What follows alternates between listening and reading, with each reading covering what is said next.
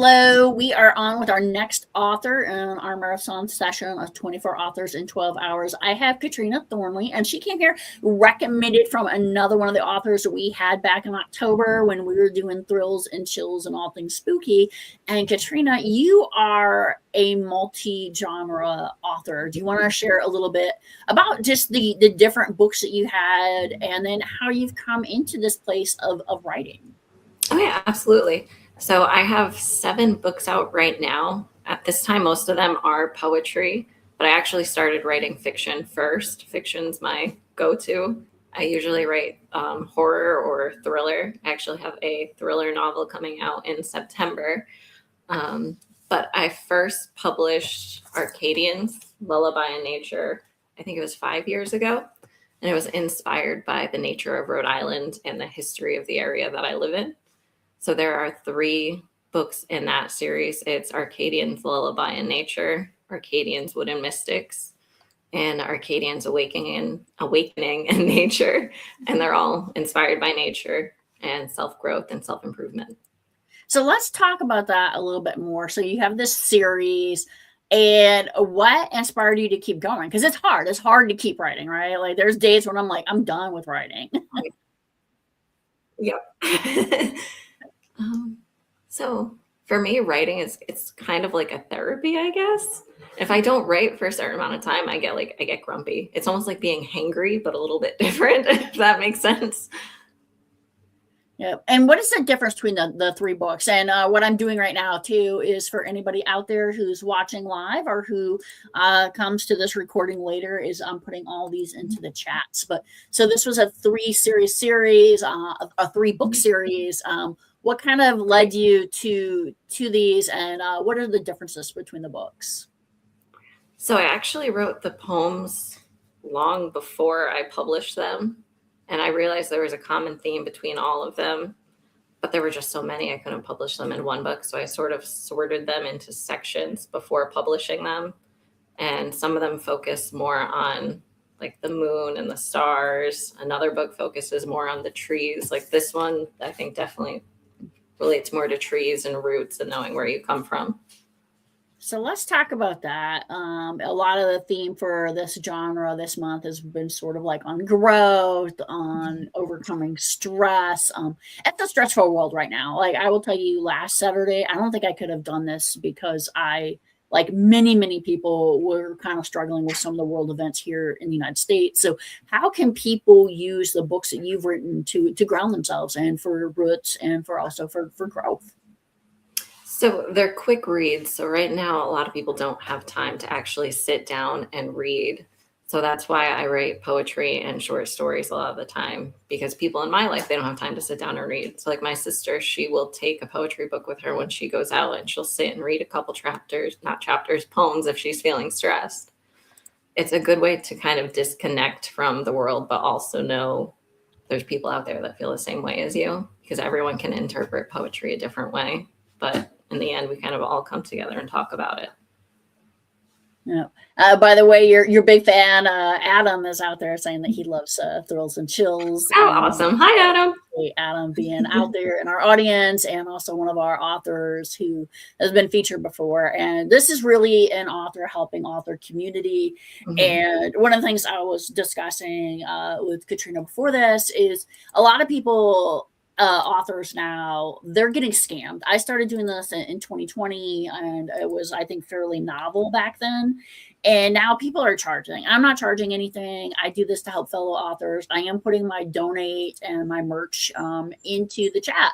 If you want to support us, what this does is keeps the platforms going. I have to use a streaming platform to divide the feed as well as to the website and things like that. So if you can donate, if you do want to buy some cool merch and support, 24 authors in 12 hours, we do appreciate it. And also, if you're an author out there, you can listen to Katrina, Adam, some of the other great authors, and they will tell you this is really community. This is us supporting each other.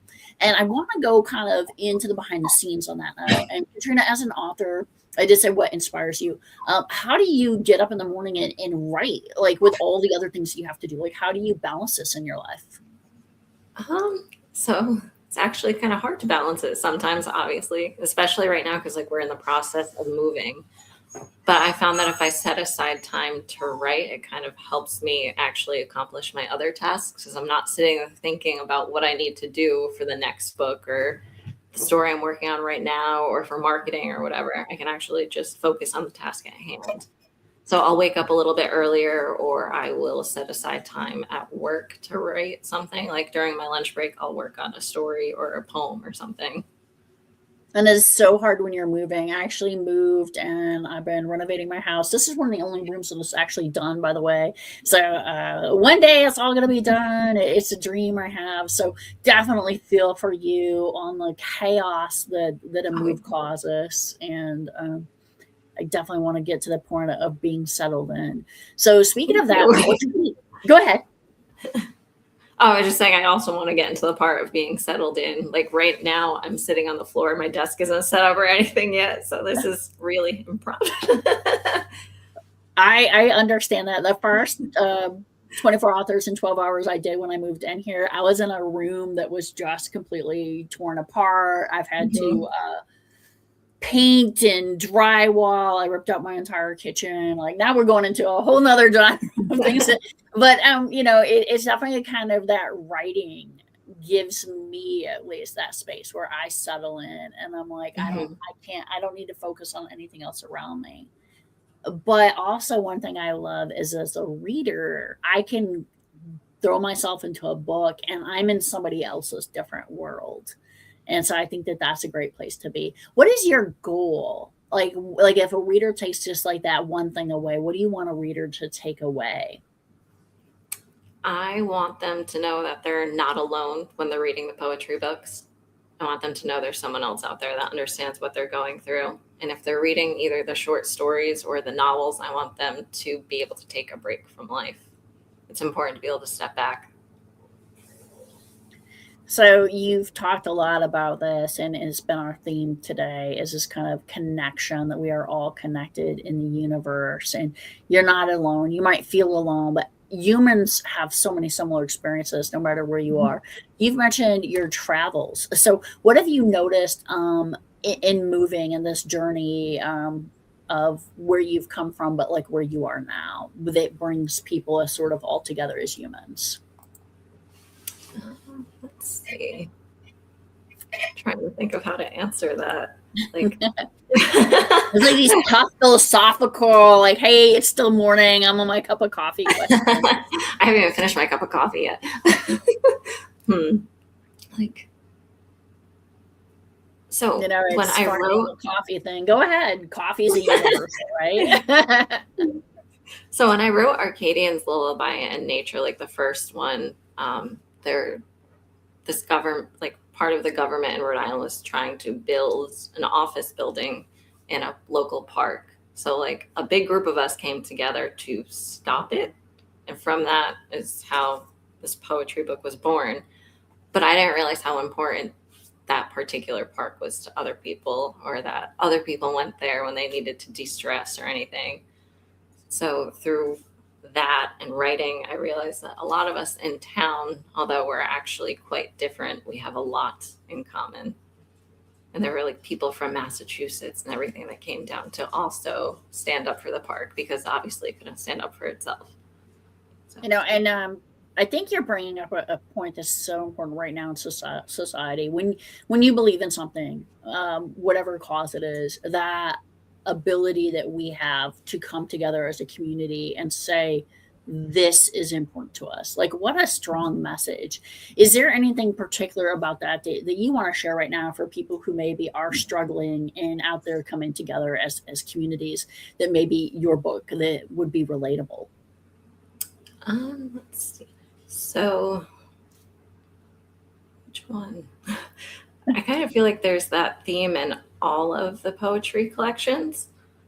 The books, not so much, because they're usually focused on, well, maybe the books too, because they're usually focused on the corruption that surrounds us, but the ability to find friends that feel the same way and kind of lift you up and help you find the answer to whatever problem you're facing. Like the book that's coming out in September, it's called Boys Will Be Boys. And the protagonist is a girl. She's a young woman. Her cousin was killed. She doesn't know how or why or who did it, but she becomes friends with this police officer who's basically being told not to do his job, and they join forces and pretty much find justice in a way. There's kind of a rocky ending to it, but they know what happened and they find strength in each other. And I think that's important in today's society, that you find someone you can depend on. Yeah, hopefully through the books, they realize they can like reach out to the author too and be like, hey, I'm going through this. I need help. So Michelle wrote into the chat about she knows what it's like to be sitting on the floor during a move, and I think I think that is something anybody who's moved has probably had the experience of that, sitting on a floor, using a box as a desk, or eating food out of takeout containers because you just don't have the ability to do these things. And so I think so many universals. You mentioned the Boys to Be Boys, and it just reminded me of this song that just came into my head about boys will be boys and wolves will be wolves from Lydia the Bard. And so I don't know if you've ever heard of that or not, but I would definitely advise you to check that out, because I think that there is that connection that we all have of books are important, but also music. That music can come to us and relate. And so I just thought, oh my gosh, like they kind of gave me chills, because I was like, this is a very similar thing where, the kind of music and all arts coming together. I will definitely have to check that out. Yeah, I'll share that with you later. I'm going to put into the chat some links to my books. My books are absolutely free for download today on Amazon, and I appreciate anybody who can download them. And one of the things that I encourage is, please, if you want to help an author out and their books are available for free or Kindle Unlimited, if you're a Kindle Unlimited member, download the books of your friends. Flip through them. You can do that kind of 6th grade speed reading that you did when you didn't read your book, the day before you had to do the book report on it. And then just give me that 2-line. It doesn't even need to be a 6th grade paper, just 2 or 3 lines into my reviews. This is what helps us in the algorithms. This is what helps every author. Katrina, you have 7 books out there. You have more on the way. And reviews are critical. Is there anything you want to share about your books and your reviews?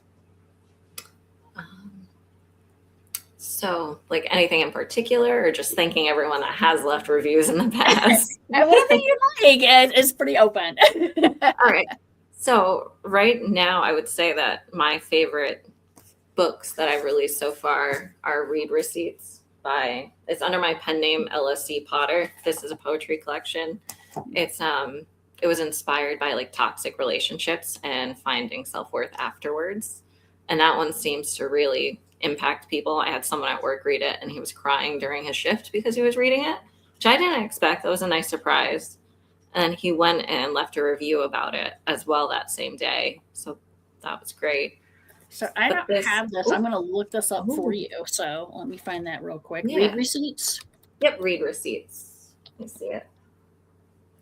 And I see it now. And as you said, this is under a pen name. I understand pen names. I have one I write under as well. If you're comfortable sharing, I think that's important. Why did you go with the pen name on this book? If you are comfortable sharing, I don't want to put you in a place where you're not comfortable sharing. Oh, it's okay. So for this one, I shared it under a pen name just in case like a certain person somehow stumbled upon it. I didn't want them to feel attacked, if that makes sense. And the name is actually my great-great-grandmother's name. She died when she was 18. And I feel like if she had like lived a full life, she probably would have been amazing.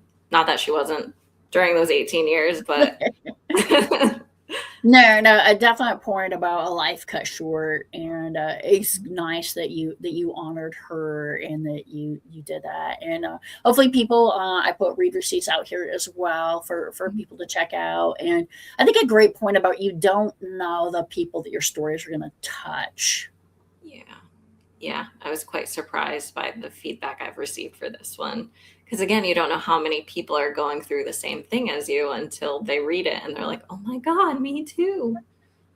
Yeah, one thing, and I try not to get too preachy when I talk to people, but I'm just going to go there on this because I feel so strongly right now. Is there's been a movement by some people to classify this thing as toxic empathy when you care about other people, and I am very much like we are one world. I have traveled the world so much, and our earlier one of our authors, Ronald Schultz, talked about he had lived in Japan, and he had done hiking all across like Africa and many parts of the United States. And I think in the end, when it comes to these things, like human loss and grief, which, we had one of our authors talk about earlier, when you talk about this connection of kind of, broken hearts, if you will, right? And these kind of feelings that we have. I mean, these are such universal connections. And I don't, wherever you're from in the world, you've experienced these things. People are connected. And so to just classify empathy as toxic to me is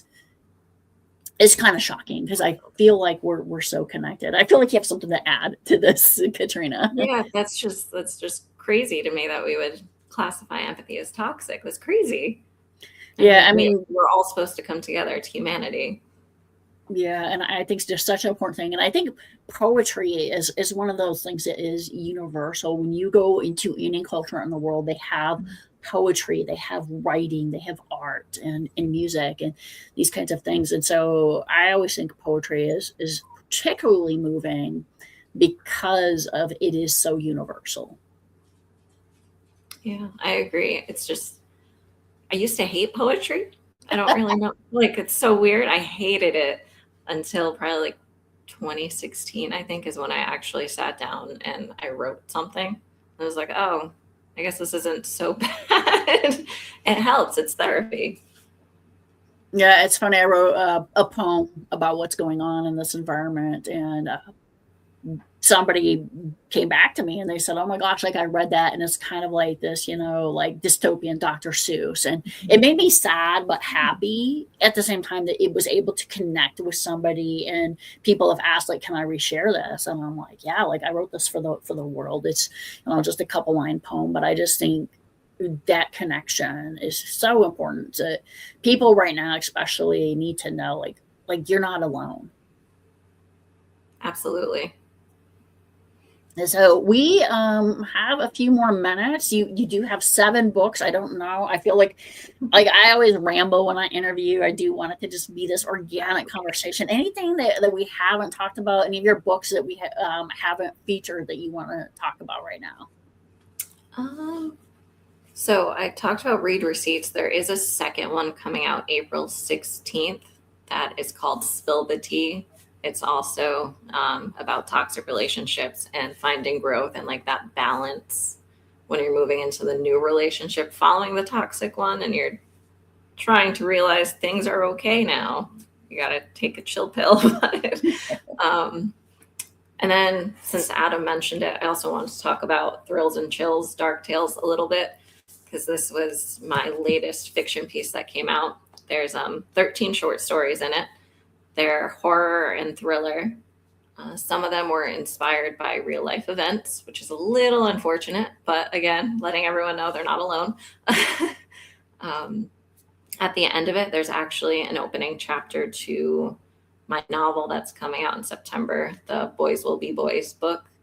It's the opening chapter that introduces how Lexi disappeared and kind of what happened to her. It gives the reader an idea of where she went. Let's see. Actually, I could read a poem too from Read Receipts. I haven't done that in a while. I would love to hear one of your poems. And while you're looking for that, one of the things I wanted to share is I shared a book chapter in a book, and it was kind of cathartic for me to share. But one of the things that really moved me afterwards is one of my cousins came to me and was like, oh my God, like I didn't know you had gone through that. I'd gone through something similar. And like we just really connected. And you don't know who you need to share these stories for and why in these poems. So do you have a poem in particular you want to share with us? Let's see. So there's like a handful in here that I really like. Actually, I'll go with this one today. Okay. So most of the poems I write don't have names. I don't know why. I'm just really bad at naming them. So this is from Read Receipts. It's on page 65. You had a picture perfect future imagined, and I was not the magazine cutout you hoped, but instead a woman ripped from the pages of a fairy tale, eager for revenge and happier in the forest, then pasted to your side, not so easily directed with bouts of dramatics, not as predictable or malleable as your ego required. I can't say sorry for something you should have known. Oh, wow. That is super, super important for the world that we're in right now. And I'm older, I lived through a time in life where in the 90s we marched for the Violence Against Women's Act, right? And I thought, I was a college student in 93 and 94, the act got passed, and I thought, this is it, women have really arrived.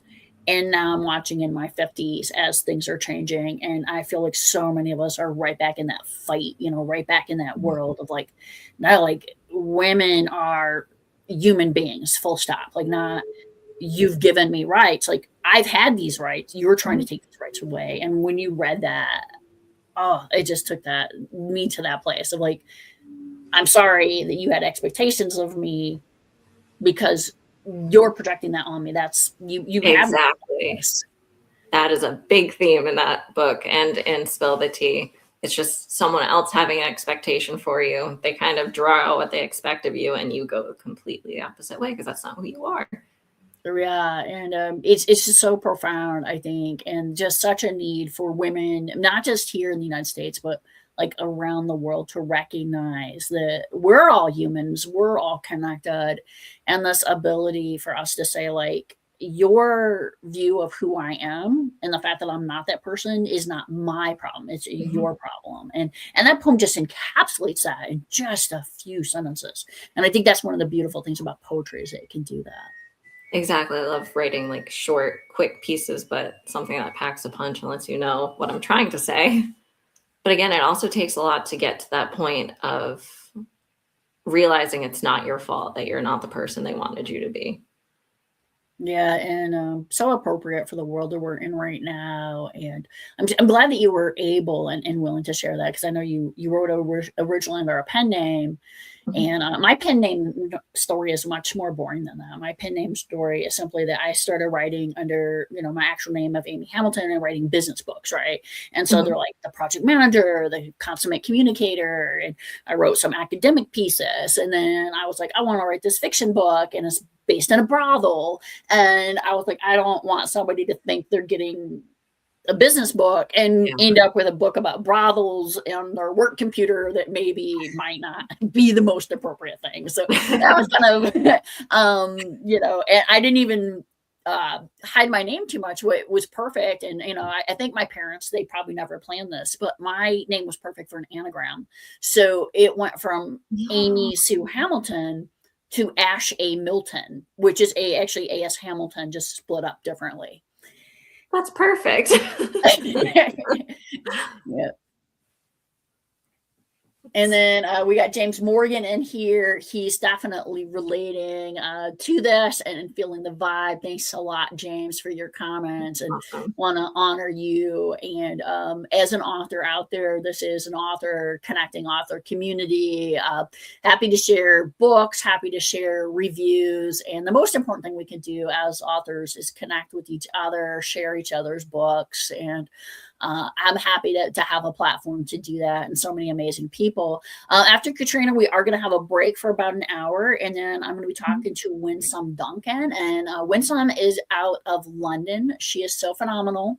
And similar to Jennifer, she also helps authors to take their books and get them from concept into completion, because that can just be such a challenge for all of us.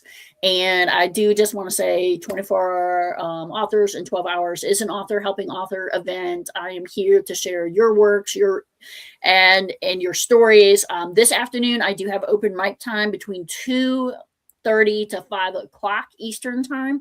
So if you are out there and you're like, hey, you know what, I'm an author, I would just love to come on and do like an ad hoc interview. I'm taking any genre. And if you are a romantasy poet, I've already asked Katrina if she would come back next month.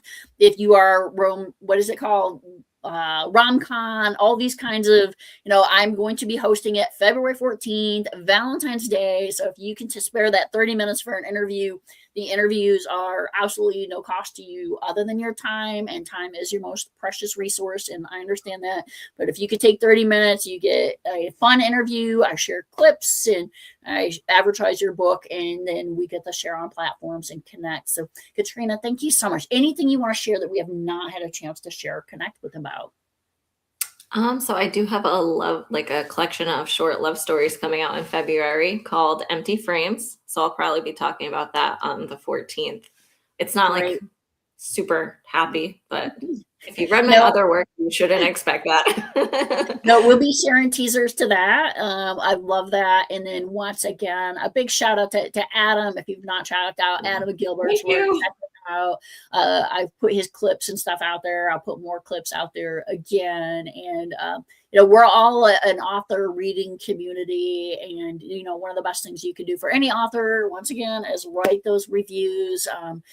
Even the negative reviews are good reviews, because from that is where we help and learn and grow, and it's all about growth. And so thank you so much. I appreciate your time. I'm going to take this opportunity to grab some lunch, and then I'll be back at 1:30 Eastern time with Winsome Duncan. Thank you, Katrina, and see you next month. Thank you. It was nice meeting you.